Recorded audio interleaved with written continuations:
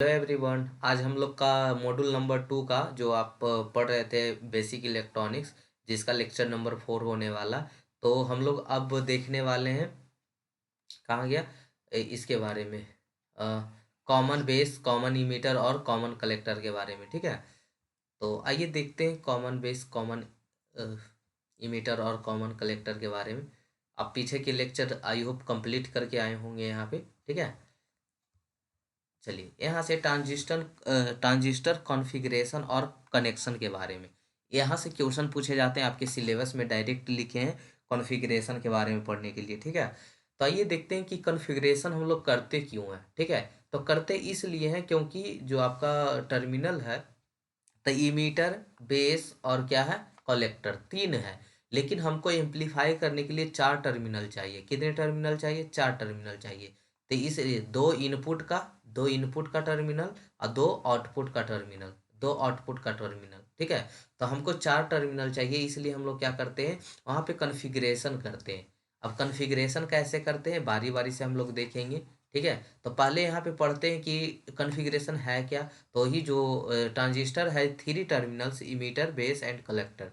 जो ट्रांजिस्टर होते हैं उसमें तीन टर्मिनल्स होते हैं, emitter, base and collector, but we require four terminals to connect the transistor in a circuit as amplifier to the four input and to four output। हमको amplifier करने के लिए हमको फोर टर्मिनल की जरूरत होता है, दो इनपुट और दो आउटपुट के लिए। इसलिए हम लोग क्या करते हैं, कॉन्फ़िगरेशन करते हैं। This is achieved by making one terminal of transistor common to input and output. यहाँ पे हम लोग क्या करते हैं, कुछ मतलब कि बेस बनाकर करते हैं, कुछ बेस मानते हैं, जिसमें पहला है कॉमन बेस कॉन्फ़िगरेशन। ठीक है, दूसरा है कॉमन इमीटर कॉन्फ़िगरेशन, तीसरा है कॉमन कलेक्टर कॉन्फ़िगरेशन। बहुत आसान आसान है, CBCE CC के नाम से हम लोग जानते हैं। तो जो पहला कॉमन बेस कॉन्फ़िगरेशन होता है, बस अटैच करना है, जोड़ना है, कुछ है नहीं। ठीक है, तो input is applied between emitter and base. Emitter और बेस के बीच में इनपुट दे दीजिएगा, आउटपुट आउटपुट को कहाँ रखिएगा, कलेक्टर और बेस के बीच में।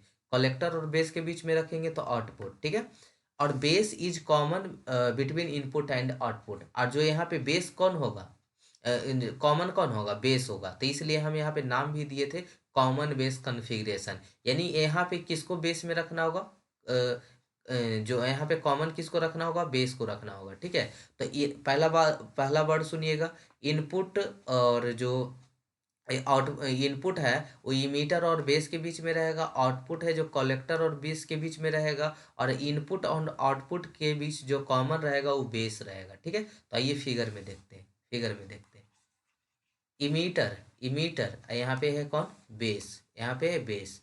तो बेस और इमीटर के बीच में इनपुट सिग्नल है। ठीक है, और आउटपुट यहाँ पे एक रेजिस्टेंस लगाना होगा आउटपुट में। ठीक है, तो यहाँ पे आउटपुट है किसके बीच में, कलेक्टर और बेस के बीच में। ठीक है, तो यहाँ पे जो होता है, एक डीसी करेंट गेन पूछा जाता है, हमेशा पूछा जाता है, रिलेशन पूछा जाता है।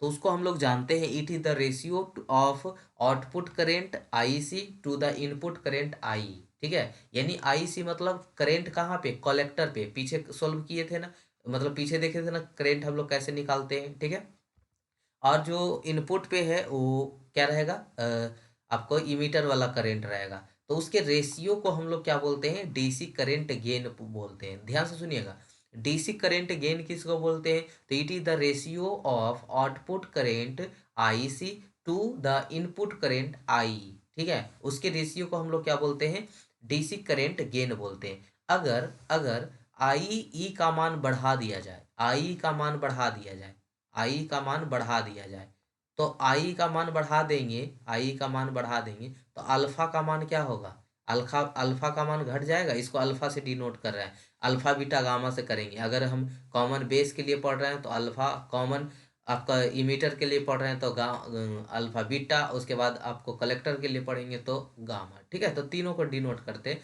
तो यहाँ पे बेस के बारे में पढ़ रहे हैं तो अल्फा से डिनोट किए। तो अगर यहाँ पे बोल रहा है कि सिंस आई का मान यानी इमीटर पे करंट का मान अगर बढ़ा दिया जाए तो क्या होगा, अल्फा का मान, तो अल्फा का मान लेस देन 1 हो जाएगा। ठीक है, और कितना उसका रेंज होता है, 0.990 टू 0.99 होता है। ठीक है, तो आई होप क्लियर हो गया होगा। ठीक है, इसमें कुछ था नहीं। ठीक है, अब आते हैं कॉमन इमीटर कन्फिग्रेशन। अभी पढ़ रहे थे कॉमन बेस, अब यहाँ पे कॉमन में कौन रहेगा, इमीटर रहेगा, ठीक है, इमीटर रहेगा।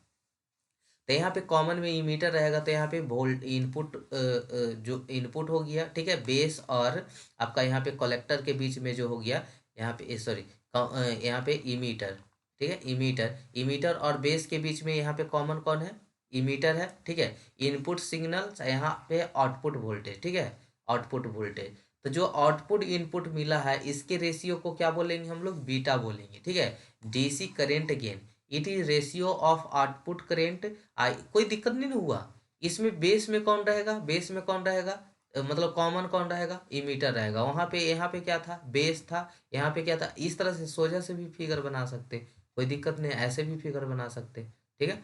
चलिए, तो डीसी करेंट क्या है, it is the ratio of output current I C to the input current I B, ठीक है, यानी आई सी अपॉन आई बी। अगर आई बी का मान घटा दिया जाए, घटा दिया जाए, घटा दिया, मच मच लेस देन, ठीक है, मतलब बहुत ज़्यादा घटा दिया जाए तो बीटा का मान क्या हो जाएगा, बहुत ज़्यादा बढ़ जाएगा। तो इसलिए इसका मान जो होता है बीटा का, वो 22 टू 500 होता है, ठीक है। अब आते हैं कॉमन कलेक्टर कन्फिग्रेशन। यहाँ पे कॉमन में कौन रहेगा, in this configuration input is applied between base and collector. Input किसके बीच में रहेगा, बेस और कलेक्टर के बीच में रहेगा। वाइल आउटपुट किसके बीच में रहेगा, कलेक्टर और इमीटर के बीच में रहेगा, कलेक्टर और इमीटर के बीच में रहेगा। So collector of transistor is common to input and output. जो यहाँ पे कलेक्टर है वो क्या रहेगा, बहुत इनपुट और आउटपुट के बीच में रहेगा, यानी कॉमन में रहेगा, इसीलिए इसका नाम क्या था, कॉमन कलेक्टर कॉन्फ़िगरेशन, ठीक है, कलेक्टर कॉमन कॉन्फ़िगरेशन, ठीक है। तो यही है आपका फिगर उसका, ठीक है। अभी इसका ratio, it is the ratio of output current I to the input current I B, यही gamma equal to I B upon I E upon I B. तो तीनों आप देख लिए, कहीं भी कोई कंफ्यूजन हो तो आप पूछ सकते हैं, ठीक है। अगर आप कमेंट करेंगे तो अगले लेक्चर में आपको बता दिया जाएगा, कहीं कोई कन्फ्यूजन हुआ होगा। वैसे तो इतना आसान है। कॉमन कलेक्टर कन्फिग्रेशन में क्या होता है कि जहाँ इनपुट होता है बेस और कलेक्टर के बीच में रहता है, आउटपुट जो होता है कलेक्टर और इमीटर के बीच में होता है। तो यहाँ पे कॉमन कौन हो गया, कलेक्टर हो गया, base collector, emitter collector, common कौन है, कलेक्टर है, ठीक है। उसी तरह से यहाँ पे देखते हैं, तो यहाँ पे कॉन्फ़िगरेशन इनपुट जो देंगे वो किसके बीच, बेस और इमीटर के बीच में देंगे। आउटपुट किसके बीच में आएगा, इमीटर और कलेक्टर के बीच में आएगा, ठीक है। तो जो यहाँ पे कॉमन हो गया कौन है, इमीटर है, ठीक है। उसी तरह से यहाँ पे किसके लिए देख रहे थे, बेस के लिए देख रहे हैं। यहाँ पे बेस में कौन आ रहा था, कॉमन में कौन आ रहा था, बेस आ रहा था, ठीक है। अब आते हैं कुछ रिलेशन देखते हैं, बहुत इजी रिलेशन है जो अभी तीनों से निकाले ना, उसी से रिलेशन है। तो relation between alpha and beta, कभी कभी अल्फा का वैल्यू निकालने बोलता है, बीटा का वैल्यू निकालने बोलता है। तो अल्फा इजकल टू क्या पढ़ के आए, आई सी बटा आई, और बीटा इजकल टू क्या पढ़ के आए, आई सी अपॉन आई बी। यहाँ पे आई सी आई ई क्या है, current, current at the correct, क्या था, कलेक्टर, और यहाँ पे आई क्या था, इमीटर, ठीक है। तो कलेक्टर और इमीटर के यहाँ पे क्या था, बेस, ठीक है। बी वाला में, बीटा वाला में क्या था, बेस था, ठीक है। चलिए, अब एक और आप पढ़े होंगे, पीछे सोल्व किए थे, ऑपरेशन पढ़ रहे थे, तो I equal to I B plus I C पढ़े थे। इसको इक्वेशन फर्स्ट मान के आई से दोनों, ये तो अभी जस्ट पढ़ के आए आप लोग ना, बहुत पिटाने लायक है, ठीक है। ये वाला भी alpha equal to I C upon I E नहीं पढ़े, beta equal to I C upon I भी पढ़े। इसको ऑपरेशन जब पढ़ रहे थे तो आई इजकल टू पढ़े होंगे, पीछे लेक्चर देखे होंगे, तब नहीं देखे होंगे तो नहीं समझ आ रहा हो। आई ई इजकल टू क्या था, आई B plus I C. Equation first मान लीजिए, आई सी से दोनों तरफ डिवाइड कर दीजिए, तो I upon I B plus I C upon I C. I B upon I C कर दिए, और आई सी कैंसल आउट हो गया, 1 हो गया। तो यहाँ पे आई C upon I equal to होता है अल्फा, तो यहाँ उल्टा है, आई अपॉन आई सी है, तो इसको 1 अपॉन अल्फा कर दे। हाँ, I C upon I B equal to क्या होता है, बीटा। तो उसको यहाँ पे उल्टा है, आई बी अपॉन आई सी है, तो उसको उल्टा कर दे, 1 अपॉन बीटा, ये तो 1 है, ठीक है। चलिए, अब ये 1 अपॉन अल्फा है, तो ये प्लस में है, सॉरी एक सेकेंड, हाँ सही है, बीटा कॉमन ले लिए, 1 अपॉन बीटा हो गया। तो अल्फा का वैल्यू कितना हो गया, क्रॉस मल्टीप्लीकेशन कर दीजिए, क्रॉस मल्टी, तो alpha equal to beta upon 1 upon beta plus 1, या 1 plus beta, beta plus 1, sorry beta upon 1 plus beta, ठीक है। तो ये हो गया अल्फा का वैल्यू। अगर यहाँ से बीटा का वैल्यू निकालने बोलता तो ये हो गया अल्फा का वैल्यू एजर निकाल दिया, बीटा का वैल्यू निकालने बोलता तो क्रॉस मल्टीप्लीकेशन कीजिए, alpha into one plus beta into beta, ठीक है। बीटा का वैल्यू भी बोला है तो अल्फा प्लस कॉमन कर दिए, मैंने गुना कर दिए, alpha into one alpha, alpha plus beta, alpha into beta, alpha beta equal to beta. Alpha यहाँ पे क्या है, अल्फा अल्फा बीटा को उधर भेज दीजिए, माइनस में भेज दीजिए, बीटा कॉमन हो गया, वन माइनस अल्फा, तो यहाँ से बीटा इजकल टू क्या हो जाएगा, अल्फा बटा वन माइनस अल्फा, ठीक है। तो यहाँ देखिए बीटा इजकल टू किसके टर्म में आ गया, अल्फा के टर्म में।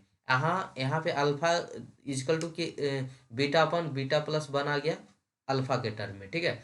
तो यही अल्फा और बीटा का वैल्यू था, तो इजी था, बस कहाँ से आपको देखना है, ये वाला इक्वेशन याद रखना है, इसको आईसी से डिवाइड कर देना है, फिर यहाँ से दोनों का मान पुट कर देना, उसके बाद तो आपको सिंप्लीफिकेशन आता ही है, ठीक है। कुछ कंपेरिजन है ट्रांजिस्टर कॉन्फ़िगरेशन के में, जिसमें देखिए मतलब सबको शॉर्ट कर दिए, एक जगह लिख दिए, डिफरेंस ऐसा पूछा जाता है इसलिए आपको बना के दे दिया, आप ऐसे खुद इसको करते लेकिन हम ही दे दिए। सीरियल नंबर में characteristic, common base, common emitter, common collector, जो अभी तीनों पढ़ रहे थे। इनपुट रेजिस्टेंस की बात करें, इनपुट रेजिस्टेंस कॉमन में कितना देते हैं, तो 100 ओम के करीब देते हैं, यानी लो होता है। कॉमन में 750 ओम के करीब देते हैं, वो भी लो होता है। अबाउट 750 किलो ओम के रेजिस्टेंस देते हैं कॉमन कलेक्टर में, जो वेरी हाई होता है, ठीक है। तो ये पहला इसका डिफरेंस हुआ। आउटपुट रेजिस्टेंस की बात बोले तो 450 किलो ओम देता है ये आउटपुट में, ये 45 किलो ओम देता है, ये 50 किलो ओम देता है, ठीक है। लो रेजिस्टेंस होता है इसका कलेक्टर का। वोल्टेज गेन सबसे ज़्यादा कौन करता है, तब वोल्टेज गेन सबसे ज़्यादा ये करता है, ये 150, ये 500, ये लेस देन 1, ठीक है। एप्लीकेशन, इसको हम लोग फ्रीक्वेंसी हाई फ्रीक्वेंसी के लिए करते हैं, इसको ऑडियो ऑडियो फ्रीक्वेंसी के लिए यूज करते हैं, इसको इम्पीडेंस मैचिंग करवाने के लिए करते हैं, ठीक है। करेंट गेन लेस देन 1, इसका हाई जिसको हम लोग बीटा बोलते थे, इसको अप्रिसिएबल, ठीक है। अच्छा, ये तो आपको पता ही है कि बाईपोलर डिवाइस क्यों होता है, क्योंकि बहुत फ्री इलेक्ट्रॉन्स एंड होल्स, ठीक है, मतलब दोनों तरह से इसमें करंट फ्लो होता है, इसमें क्या होता है, एक ही तरह से होता है, ठीक है। तो इसको एफईटी, अब हम लोग कल से एफईटी के बारे में पढ़ेंगे डिटेल से, ठीक है। या कोई और टॉपिक बचा है क्या, टॉपिक कोई बचा होगा तो और कर दिया जाएगा, ठीक है। चलिए, ऐसे तो हमको नहीं लगता अभी इसमें टॉपिक बचा है, ठीक है। एक बार फिर से सिलेबस देखें, या मेरे पास अभी जस्ट है, देख लेते हैं। देखिए आपको क्या क्या पढ़ना था सिलेबस में, ट्रांजिस्टर के बारे में, ठीक है। उसके बाद बाईपोलर जंक्शन में कंस्ट्रक्शन देख लिए थे, ऑपरेशन देख लिए थे, एम्पलीफाइंग एक्शन देख लिए थे, common base, common emitter, common collector configuration के बारे में देख लिए थे, ठीक है। ऑपरेटिंग पॉइंट कैसे करते हो गया, वोल्टेज डिवाइडर बेस कॉन्फ़िगरेशन, ठीक है। अब वोल्टेज डिवाइडर बेस कॉन्फ़िगरेशन थोड़ा सा है, ठीक है, बस हो गया।